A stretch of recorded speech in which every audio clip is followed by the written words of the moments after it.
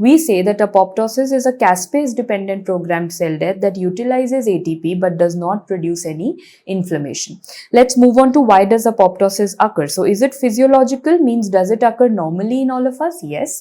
And does it occur in diseases also? Again, yes. So apoptosis is said to be both physiological as well as pathological. If I again want to compare this with necrosis, the definition said that necrosis was only and only pathological, only in certain diseases it was being seen, not in normal day-to-day scenarios. So now let me ask you, if you're saying apoptosis is seen in day-to-day scenario also, can you give me a certain example?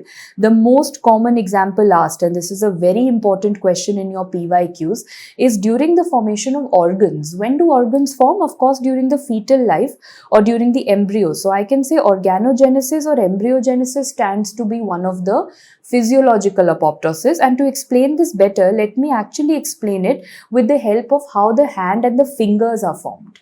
So if I try to explain this to you with this fetus, and in this you have to focus on how the hand formation is occurring in this fetus, you would see that initially it is one tissue. The fingers are not separate, but gradually can you see how have the fingers become separate? Where did all the tissue in between go? All these webs, they are formed because all this tissue went away by apoptosis. So definitely apoptosis stands to be a physiological normal condition also. And now just imagine in this child, if this tissue wouldn't have gone off and would have stayed over here, would this child have been born with fused fingers? And what is fused fingers known as? Syndactyly.